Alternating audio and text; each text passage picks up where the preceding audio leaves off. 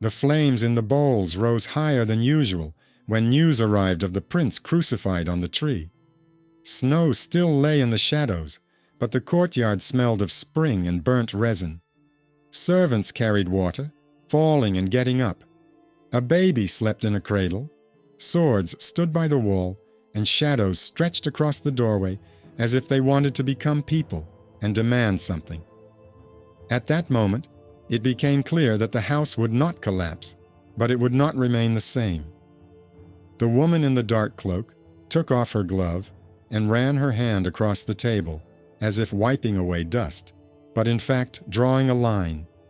She decided that blood would not be the only answer, otherwise the river would carry everyone away.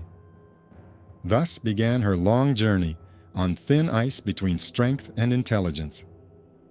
Hello to everyone listening. Tell me where you are watching this video from. Write about it in the comments. It's really important for me to know how far our circle extends. I hope you enjoy listening. In the spring of 1945, in the courtyard, they counted not the days, but the steps of Kiev residents between rumors. The old nurse said that in such matters, haste breaks the neck, and held the baby tightly.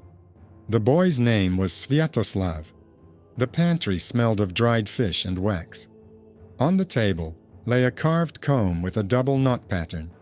It had been brought along with the news. The pattern was a sign. It was how chests from the forest lands of the Drevlians were marked. They immediately thought of tribute, of the heavy rope that the prince wanted to tighten. They immediately remembered the messenger's words, that the Drevlians were tired, that the old men were whispering that it was time to stop feeding strangers. But there was another thread in the knot on the comb. Someone wanted the pattern to be seen here, in the palace. The woman in the cloak touched the comb and ordered it to be placed not in a prominent place, but next to the blue bowl with the ashes of last year's herbs. Outside, the icy shores of the Pripyat River receded quietly. Mercenaries came from the north, merchants from the south, and they argued over the price of honey at the market. A beggar at the gate repeated the same thing over and over. He had seen a bear standing on its hind legs and leaning on a thin branch, but it did not fall. The beggar was chased away. A new potter, with a narrow scar across his left cheek, appeared in the square. He said he had come from a distant village where ceramics were dried in pits rather than in kilns. He molded quickly and evenly, asked no unnecessary questions, and gave pots to poor widows for free and in silence. A wandering monk with a rough voice settled at the temple gate. He did not call people to fasting or scold them, but wrote the names of the dead in a small book and said that memory holds walls better than stone. In those days, a picture entered the city like snow and soot. Faces bowed to the floor, the walls of the house stoves cracked, the lamentations were short because the voices were hoarse from cold and fear. First, the mistress of the house gathered the elders in a low-ceilinged hall. It was cramped, but warm from the fire. She said that revenge for blood was inevitable, but that a house was not held together by the sword alone. She ordered them to count the supplies, check the wall supports, and keep an eye on those who had arrived recently and were too often silent. She added that not only branches but also arrows always come from the forest. The words were whispered, like salt from palm to palm. By evening, when the wine in the cauldrons was covered with lids, the ambassadors of the Drevlians entered the courtyard. The sleds had already been converted to wheels. A long oak chest stood on the carts. They said through their elder that they had come to negotiate peace because they did not want to embitter the land. The chest was placed in the hallway. None of the guards were surprised that the envoys did not allow it to be opened until morning. They referred to a custom according to which a gift is only opened at sunrise so that the light falls directly on the items. The nurse quietly said that such a custom existed, but not for strangers' chests. The monk on the porch noted to himself that the lid of the chest was stamped with the same double knot as the comb. The potter, passing by, paused to look at the hinges and whispered to the guard that the hinges were too new and too wide for ordinary trade goods. The simple guard, who was called Pacom in the courtyard, said that all chests looked the same to him because every board was made of oak, but he couldn't resist touching the crack in the lid. By nightfall, the snow had started falling again, and the hall grew quiet. The woman ordered the chest to be moved from the porch to a room that smelled of dried herbs and resin, and placed it on stands so that mice would not get under the bottom. When dawn broke, the envoys repeated that they wanted peace and a new agreement. They mentioned that someone in the south had promised to protect the Drevlians from the steppe peoples if they did not pay Kiev. They hinted that this chest was a sign of goodwill. Then the mistress of the court sent for a monk. She told him that she wanted him to write down the names of those who approached the chest and those who looked away. She asked the potter to examine the bottom boards. He tapped the edge, then the middle, and listened. He said that the board sounded hollow, as if there were no bags or bellows inside, but only space. The monk added that he could hear a strange muffled noise inside, as if someone were holding their breath. The lid was lifted. Inside, there were no utensils or bellows. There, in the cramped darkness, with knives and loops, sat people. They flared up like coals in the wind, tried to jump out, but heavy beams had already been laid on top. At that moment, the potter pulled a bone needle from his ear and inserted it into the lock's loop so that the lid slammed shut. The guards picked up the beams. The ambassadors in the courtyard raised a fuss and said that it was customary, that they wanted to stage a bloodless show of force, that this was how they tested the steadfastness of strangers in their land. No one listened to them. Everyone standing nearby saw that the gift was a trap for the prince's ox. A simple mourning procedure turned into a threat. The house became not only a hall for conversation, but also a place where every crack had to be checked. After that, songs and laughter disappeared from the city for several days. It was a shift from family grief to quiet suspense, where any message could hide a knife. People closed their shutters before it got dark. Thus, fear was born, but with it grew determination. The woman in the cloak ordered them not to take revenge in the heat of the moment and not to shout at the envoys. She ordered that the captives be fed, but kept in chains. She ordered that everything they said be recorded, noting who looked straight ahead, who looked away, and who sweated even though the room was cold. She sent messengers to neighboring tribes and told them to say only one thing: Kiev is not weak, Kiev is thinking. She knew that if she started cutting off heads, she could gather a wreath of enemies and put it around her neck. During those days, a merchant with dark eyes and soft carts arrived from the steppe. He was known as David, but that was not his real name. It was a name that facilitated trade. He sold salt and bells in the courtyard, stayed for the night, and asked to see the monk. They talked for a long time by the stove. The merchant said he had seen an entire city sink because of a single word spoken at a market, and that any coin could become a blade. He offered help not with a sword, but with silver, boats, and connections. He said he could close the roads to the Drevlian convoys and open other, more distant ones through the estuary, where few people went. He said he could call on people who knew how to enter villages at night without torches and leave no traces because they walked on stones. He did not demand titles or lands. He only wanted a share of future taxes and the right to set up his tent once a year at the Kiev market next to the prince's place. This was the intervention of an outsider who had resources and changed the course of the struggle with a single decision. The monk relayed the content of the conversation to the mistress. She nodded and ordered the preparation of records of debts and wool debtors.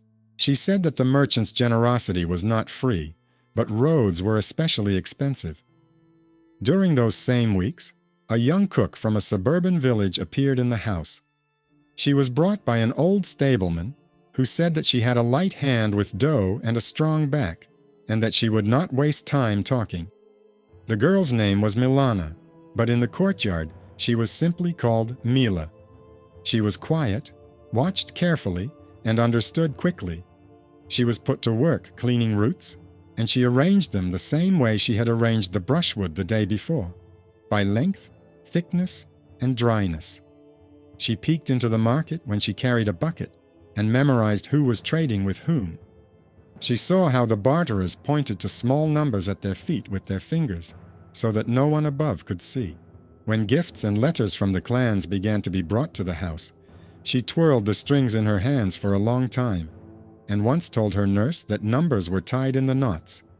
The nurse passed her words on to the senior scribe. At first he laughed, but then he looked closely and realized that the girl had noticed something he had overlooked his whole life. The knots on the strings did indeed indicate the amount of furs and the messenger's opinion of the request, because the lower the knot, the ruder the attitude. The girl without family or dowry was able to see a system where her elders saw only habit. Thus, the hidden talent of a person from below, who broke the hierarchy between the hall and the kitchen, was revealed. The monk noted her name in his book. By the summer of that year, the Drevlians sent a new retinue with different words. They said they wanted a marriage, so that old accounts could be settled through a new bed. They mentioned that they had powerful neighbors, and that Kiev alone could not hold the step. They tried to pressure her, but did so gently. The mistress of the court listened and thought about the part where they mentioned the neighbors. She knew that every neighborhood had traces by the river: boats, ashes, feathers. She sent people to the crossings. One of them was Lev, a boy with bushy eyebrows, who was teased in the courtyard for stuttering when he was nervous and dropping his inkwell when people looked at him. He was enrolled as a scribe only because he learned to write neatly at an early age. He was considered weak. He went to the crossing alone without fanfare, taking only a piece of bread and a knife with him. He returned at night, covered in mud, but with clear marks on his tablet. He counted the boats by the marks on the piles and the rain spots, and he understood how many people had come from the south and how many had gone north. No one had taught him this. He had always been despised for losing his place on the parchment and was considered useless. This time, he proved himself useful, which outweighed the loud speeches. So the quiet and underappreciated boy became, for a moment, the one who gave everyone else eyes. As the harvest approached, people began to say that the forest had a mind of its own. Someone heard late axe blows that should not have been there. Someone saw lights under the roots. The mistress of the yard asked everyone to tell her about all the little signs, not to hide them behind smiles, not to simplify them. At night, she sat by the window and watched the salt burn in a small bowl. She remembered the words spoken to her in her youth by a strange old man, that you can trust people who look straight at your hands when they ask for something important. She remembered her father. He was a simple and harsh man, but he loved order. When she was a girl, he took in a foster boy from the forest lands, the son of a woman who had died on the way. The boy lived with them for a year, then went back to the forest to his people. He had a noticeable earlobe, cut with a knife. On the third day after the harvest, the envoys approached the gate again. Among them was a tall man in an expensive cloak. His ears were covered by a hood, but when he sat down in the hall and removed his head covering, the lobe of his right ear was cut. The mistress looked at him for a long time. He introduced himself as the senior advisor to the Drevlian prince and said that he had come to discuss a new tribute. She showed no emotion on her face, but an old memory stirred in her heart. That evening, she summoned the nurse and the monk and told them that this man might be the very boy her father had kept in the house. She ordered that a path be prepared that would give this man a choice. She did not want to sever the connection immediately, because a connection is not always a chain. Sometimes it is a bridge. It was a twist of hidden kinship, but not like a blow, rather like a line that had been promised at the beginning through knots and memory. She decided that she would not use this as a cry. She would do it quietly. She called the guest into a small room by the stove for a conversation. She did not ask for evidence. She said through the monk that in her youth, a boy with trembling hands used to come to the house, who liked to clean breadcrumbs from the table with a knife, so that the knife would always be clean. The man opposite twitched his fingers. She said that once that boy brought her a clay ball with a chip in it because he thought it was a decoration. He didn't remember, but his eyes changed. She added that there was a bench with a hump on the left edge in their house. He nodded without thinking. Then she said that if he really was who he appeared to be, he had a choice: to remain a stranger's enemy and walk straight ahead as he was accustomed to, or to become a friend and step out of the fire so as not to burn himself or those around him. He replied that in the forest they teach you not to forget your duty. She noted that there are different kinds of debts: for bread, for a night, for a knife, for a name. He said nothing more.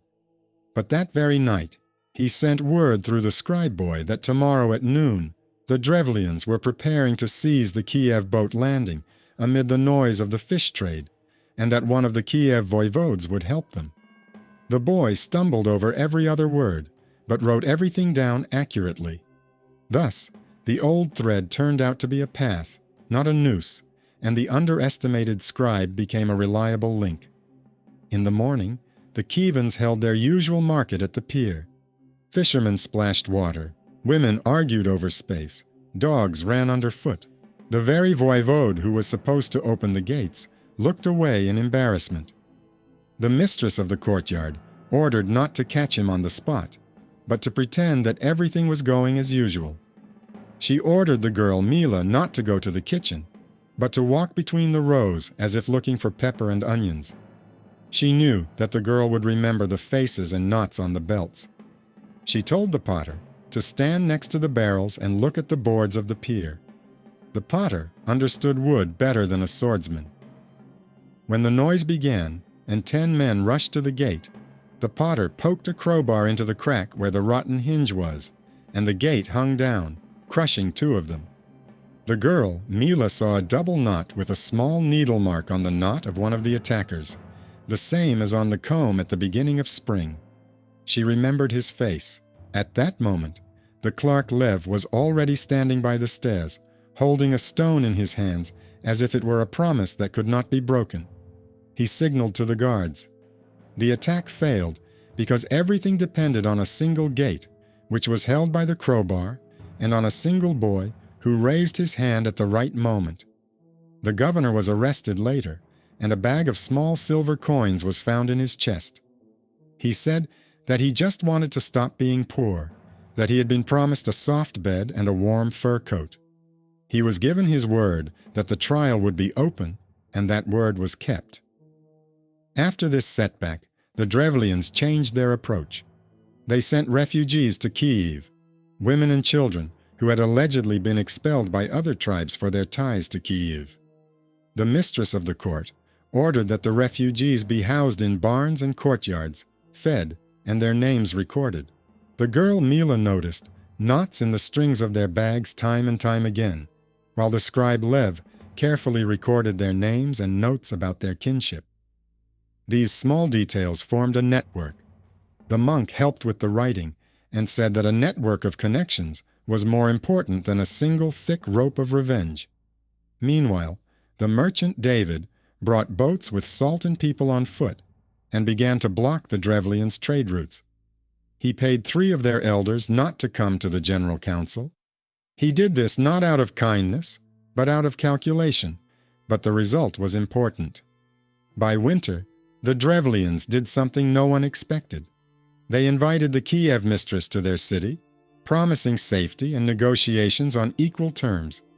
She understood that this could be a trap, but she went. She did not want her house to stand in one place and only fight back for the rest of her life. She took with her a monk, a scribe named Lev. a girl named Mila, a potter, 10 reliable men, and several women who knew how to heal. She traveled slowly, in a sleigh, with thick furs and a stern expression. She counted the pine trees, memorized the smells, and checked the bridges. When they arrived at the Drevlian fortress, fresh wreaths hung on the gates. Inside, it was warm and smelled of roasted meat, but there was tension in the air. Bread lay on the tables, decorated with poppy seed patterns. One of the loaves had the same double knot. Nothing happened on the first day of negotiations. Everyone talked about customs. On the second day, the hostess asked to see the grain stores. She was told that this was not part of the negotiations. She replied that she wanted to make sure that no one would go hungry after the peace. She went there with 2 women. On the way, the potter counted his steps and checked the corners of the walls with his hand. He whispered that the masonry was fresh. At that moment, the girl Mila was looking at the ropes that tied the sacks of grain and saw knots with tiny needle marks on some of them. These were the same hands that tied the knots at the gate and the same ones that prepared the chest. They knew that the same craft was practiced in this city, the craft of hidden violence disguised as a gift. On the third day, the Drevlians offered a transitional period for the tribute. They said they would pay less for a year and then more. The mistress replied that Kiev could reduce the levy for a year, but wanted a guarantee. She asked for hostages. The Drevlians were confused. Then she said that she would take hostages not from the children of the elders, but from people who were dear to her. She said she would take monastery workers and craftsmen. They were surprised because they were expecting talk of relatives, not crafts. They gave her a potter with a scar, who suddenly appeared on their lists as a craftsman from a suburban village. It was the very same man who had previously made pots in Kiev. He smiled slightly. He turned out to be one of us. It couldn't be called espionage in the literal sense. It was life, where a man makes pots where they are needed and passes on his insights and advice. He was inconspicuous, and therefore no one considered him dangerous. Now he had become a hostage, but a voluntary one, in order to open doors on the other side. The return to Kiev was quick. The sleigh flew along. In narrow places, people on foot cleared the road ahead, trampling the snow. On the thawing plain beyond the river, the driver caught up with them. He shouted that he had birds for the prince's court in his cart. This was a common occurrence. The birds were transported in winter in large cages covered with cloth to protect them from frostbite. They let him pass. He drove into the yard and placed the cage by the barn. The nurse said that the birds had been brought at the wrong time because it was not a holiday. The driver said he had been ordered to bring them today because the poultry house in the forest was closing. He left. The girl Mila stopped by the cage and listened for a long time. She said the birds were very quiet, although they should be noisy. She noticed that the cloth was not stretched as usual. The knots on the rope had been tied by different hands. She called the clerk Lev. Together, they lifted the fabric. Inside were not birds, but 2 young men with reeds and knives. They quietly promised to behave if they were released. The girl Mila said that promises made above are not worth the promises made below. She called the guards. So the second ordinary thing, a cage with birds, turned into another threat, and the house stood on the water again, where every glare was frightening. But now the house had eyes and hands that noticed how tight the rope was, and that changed a lot. In those days, another person became an unexpected benefactor. It was a gray-haired doctor from distant lands, brought by the merchant David. The doctor did not heal wounds better than others, but he knew how to poison, not in the sense of murder, but in the sense of testing. He said that simple stones could be brought into the house with herbs and wines, stones that changed color if there was an infusion of dope nearby. He gave such stones to the cooks and boys. He said that attention alone provided more protection than shepherds at the gate. It was a small intervention, but it changed the way things were done. Now, Every ladle and every bowl in the house was checked. Many sighed, but no one argued. Then, everything became like weaving a thick carpet. The weave was made up of small details. Who was standing where when the gifts were brought? Who was lost for words? Whose hand trembled when tying a knot? Who came empty-handed but with new boots? Lev, the clerk, who had previously been considered useless, kept track of the suspicions. His notes were simple and accurate. He did not like to use more words than necessary. He wrote down who was nearby and what they were holding. He was called on more often. He blushed, but he kept his cool. The girl Mila baked bread, so that the pattern on the crust showed who could not be trusted. Her carved marks rose in the oven and spoke to those who could read not letters, but lines. The monk did not read sermons, but sat at the gate and asked everyone who entered what was the first word they had spoken that day. He believed that the first word was as important as the first step in the snow. He told the mistress of the courtyard only what had been repeated. Merchant David played his games with trails and silver, and even skeptics whispered that the stranger had turned out to be necessary because he pulled the net when it broke. When news came that the Drevlians were gathering a council and wanted to call on allies from the south, the mistress of the courtyard decided to play the long game. She told her people that in open fields the power of the forest was greater than the power of the wall, but in narrow places the wall was stronger than the field. She decided not to storm their city, but to leave a void around it. Dry letters were sent to the merchant David. His men closed the small crossings, pretending to transport salt, but in fact they were carrying empty barrels to occupy the boats. A potter in the Drevlian city used boys to pass on information about which log decks were ready to be set on fire. The girl Mila drew lines on a handkerchief, which then became trails for small groups.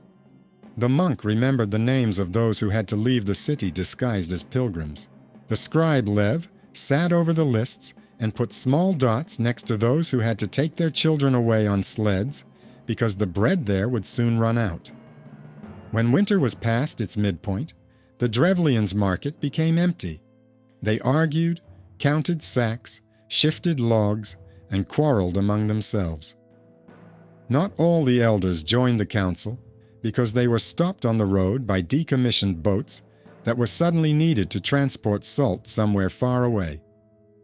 The potter sent word through a boy that a new party had emerged in the city that wanted to return the tribute to Kiev, because at least then life would be understandable.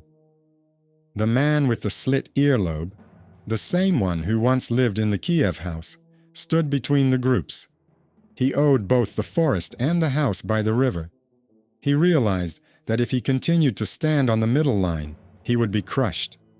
He came to the gate at night and asked to let in a group of pilgrims who were supposedly going to a shrine.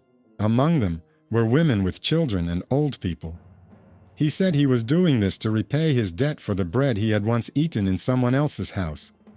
He could have stayed in the forest and been a stranger's hero. He chose otherwise.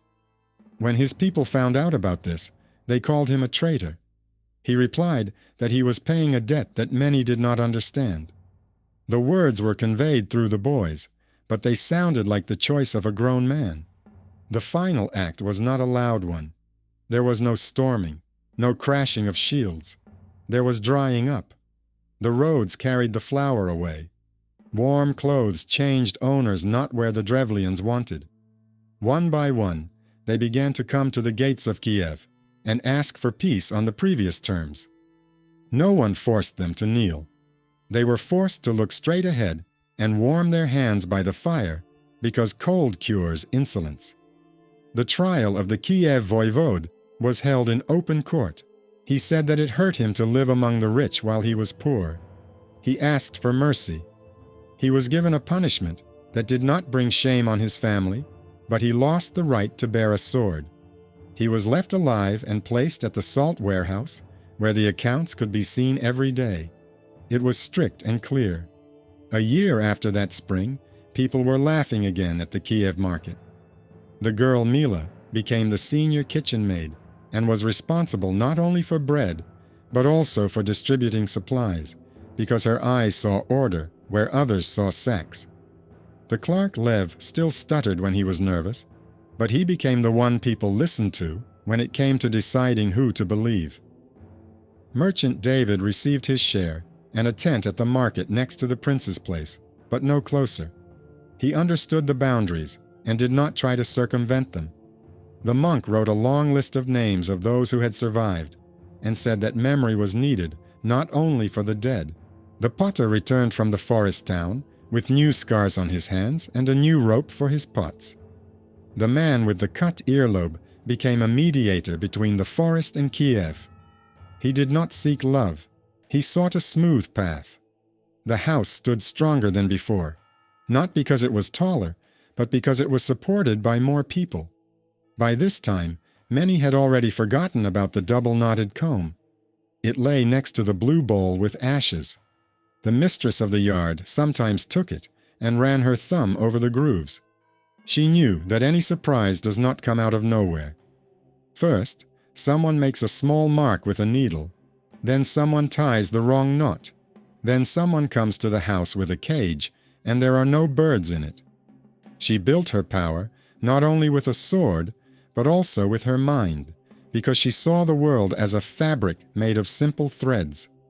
She understood that justice is not a loud word, but consistent work, where everyone gets what they have done. She did not seek glory. She chose who to give a chance to and who to punish.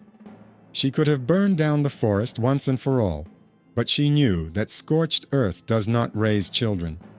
She accepted the help of a stranger and did not let him become the master. She heard the girl from the kitchen and brought her to the tables by right of skill, not by right of birth. She noticed the boy, whom everyone considered empty-headed, and gave him a job where he blossomed. She did not cut down the man with the slit earlobe as a foreign enemy, but gave him a debt and a path.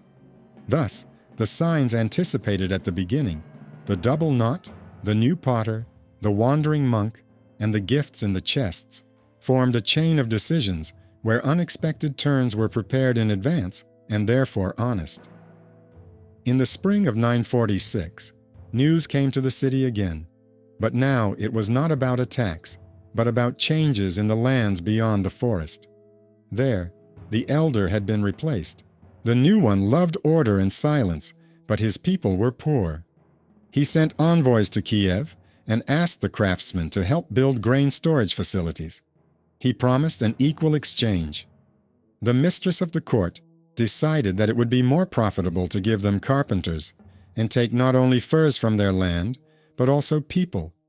She sent a potter there because he could see where the board would crack. She sent a girl named Mila there, no longer a girl, but a woman with a steady gaze, because she could count knots and sticky greed. She sent a scribe named Lev there, because he could write without unnecessary words.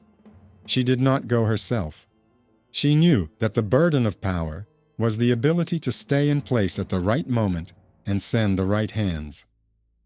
The journey to the forests was long. They spent the night under broad pine trees, listening to the birds and the distant crackling of ice on the streams. The potter taught the locals to make a semi-oily putty for the cracks so that the grain would not absorb moisture. Mila taught them to read the ropes and not to allow strangers' knots to adorn their bags. Lev taught them to keep records on small boards and to tell the truth about how much had been taken and how much remained. They did not read sermons. They did their work. After a month, the storerooms were fuller and the conversations were shorter. The people there understood that order was not achieved through shouting and sticks, but through the habit of counting and respecting other people's bowls. Meanwhile, a new story was spreading by word of mouth in Kiev. A boy appeared in one of the distant courtyards, saying that he dreamed of ships with golden prows, and that in one of those ships sat the one who had sworn to avenge the Drevlian winter. People grimaced. Again such words, again empty promises. The monk told the hostess that a dream is just a distorted train of thought. but sometimes it coincides with the path. Merchant David went south and returned in silence. His eyes were heavy. He said that at the mouth of the river stood the owner of the ships, who wanted to profit from the hostility. He said that this man had already sold weapons to those who had sworn peace yesterday.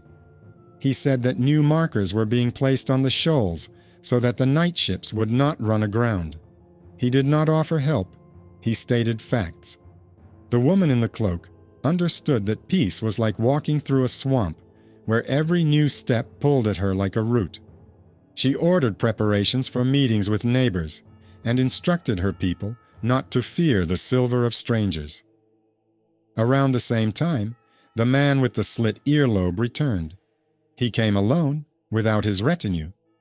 He said through the scribe that he was no longer an advisor to the forest prince. He said he wanted to go further west, but before that, he wanted to pay his debts. He brought with him a rolled-up piece of cloth on which the same double knot was embroidered, only cut in the middle. He said that the knot no longer bound. He asked permission to leave without questions. He was allowed to do so. Someone said that this was not right, that he should be kept. The mistress replied that keeping him by force would turn even a former friend into an enemy. She chose to let him go. Meanwhile, in one of the suburbs, bags of grain began to disappear. It was unpleasant, not because of the number, but because of the nature of the theft. It was cunning. They did not steal the whole bag, but a handful from each, and did it in such a way that it took a long time to notice. A girl named Mila looked at the knots and said that the thief was not someone who came from outside, but someone who saw these sacks every night. The clerk Lev checked the records, compared the numbers, and said that the thief could read and write because he had corrected the numbers where no one else would have touched them. The monk added that the one who takes handfuls does not want to get rich, but to disrupt the order. They followed the tracks. There were few tracks. One night, they saw a shadow near the distant barn. It was a middle-aged woman, the wife of the youngest guard. She was crying and said that she was not taking the grain for profit, but because they had delayed the distribution for 3 days and her children were crying. The girl, Mila, led her to the warehouse, took what was due to her, and told the clerk that if they delayed again, she should go directly to him, but not take a little from everyone. The mistress of the courtyard found out about this and said that it was better to keep quiet once than to scold 10 times. She made sure that the distribution was no longer delayed, so a small disorder did not turn into a big disaster. This was also management, and it came from simple decisions. Meanwhile, in the south, the ice was melting. Strangers reappeared at the market. They talked about distant lands where the sea sounded different. Among them was a man with thin fingers and a heavy ring on his hand. He looked at the Kiev market for a long time, comparing prices and listening to the unhurried conversations. He said he could give Kiev people who knew how to count so that no one could cheat them. He said they would bring with them boards with notches and bones on which to make marks, and that in this way it would be possible to count livestock, taxes, and debts, as he put it. His words were strange. The monk quietly told the hostess that foreign bones carry foreign accounts. Merchant David frowned and said that foreign accounts would require foreign judges. The hostess replied that not every tool was foreign and ordered the boards and bones to be shown to the clerk Lev.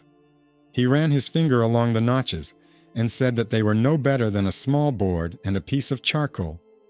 He offered his small dots and brief praise to those who paid on time. She chose her own way. The thin-fingered stranger left without taking offense, but understanding the boundary. It was a small choice in favor of his own people. The northern road brought a new figure in those days. A boy appeared on the threshold of one of the Kiev houses, reddish-haired, with a narrow face. He carried a bag on his shoulder containing clay figures. He said that his grandmother had made them and that they helped with his lessons. The potter, passing by, took one and said that it was the work of someone who had made pots in the schoolyard many years ago. He looked at the boy and saw in his face the features of his own teacher, who had once taught him to dry clay in pits. He took the boy to the mistress of the yard and said that he was of the blood of a family that had always been honest. The mistress took the boy into the storeroom and said through the clerk that if he did not lie and worked hard, he would be given a corner. The boy kept quiet and worked hard. After a month, he proved to be more useful than many adults. It was a simple story, but it echoed a long line of generations where good deeds are not rewarded immediately, but when the house is ready. In the midst of this relatively peaceful time, a small but dangerous disaster struck Kiev. One night, someone set fire to a barn in a distant courtyard. The fire spread upward. The servants rushed with buckets, but the wind was strong. The girl Mila realized that buckets would not be enough, and ordered the roof to be knocked down with scraped hooks so that the fire would not spread to neighboring buildings. No one had listened to her in such matters before, but here everyone did it quickly. The fire was extinguished. The next morning, a small bundle of straw was found near the barn, tied with a rope with a knot in the same shape as the one they had seen before. It was a sign that someone from the ancient party was still stirring. The scribe Lev said that it would not be another great war. He said it was the tail of a lizard that was getting used to twitching. The mistress replied that the tail shows where the lizard's burrow is. She did not want to talk about fate. She ordered the guards to be reinforced, and she herself sent a couple of boys to the northern trails with the task not to catch, but to count how many lights were visible in the forest in the evening and in which places. A week later, it became clear that the lights were not random. They were the fires of small groups trying to gather hunters and scare the people of Kiev. She laughed without joy and said that a fire does not scare those who know how to cook fish soup.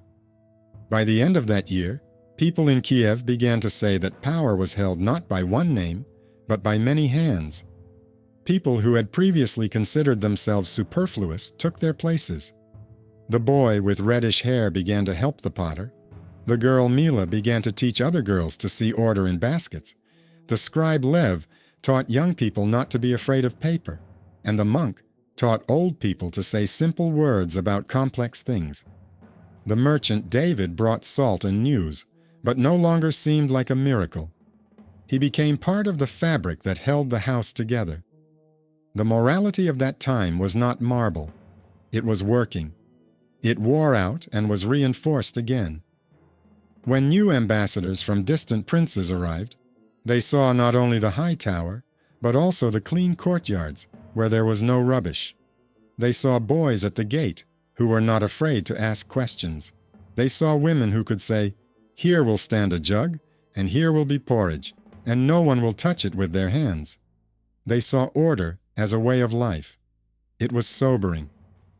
One day, a heavy box was brought to the tower.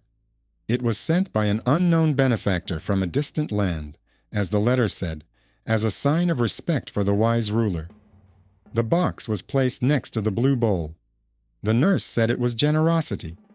The girl Mila asked why the box had a different knot, a triple knot instead of a double knot. The scribe Lev found a letter saying that the knot was a symbol of friendship. The potter took the box in his hands, shook it slightly, and said that something inside was trembling like ice when stepped on. The monk said that friendship does not tremble. Friendship stands firm. The mistress ordered that the box not be opened in the house. It was taken out into the yard and placed on the snow. It was opened with an iron hook. Inside, it was full of teeth and resin-coated twine coated with poison. If anyone had put their hand in there, they would have been scarred and left for dead. This was the last gasp of those who hoped that the house would sink in an evil accident. The house did not sink because they learned not only to wield swords, but also to look at knots. By the spring of 1947, the land had changed. At the market, a small sign with lines and dots appeared at each place, so that there would be no arguments about the weight. A new order for the distribution of grain appeared in the treasury. Not only strong men were posted at the gates, but also quiet boys who asked precise questions. Girls stopped keeping quiet when they saw that the knot on the rope had been tied by someone else's hands. Old people stopped saying that fate decides everything because they saw that observation decides a lot. Merchant David learned to check with the clerk of the lion's account and never got angry when he asked to see the bag. The man with the slit earlobe disappeared from his close circle, but his choice lived on in the fact that at the gates of Kiev, children were not taken away without a fight from poor women who came to ask for peace. The mistress of the court watched these changes calmly. She did not call them great. She called them necessary. She knew that a house where respect for bread stands alongside respect for the list of names lasts longer. She knew that the anger of the Drevlians would not disappear suddenly, but now it did not have the same power as before. She knew that any unexpected benefactor could become a merchant tomorrow, and she kept her boundaries.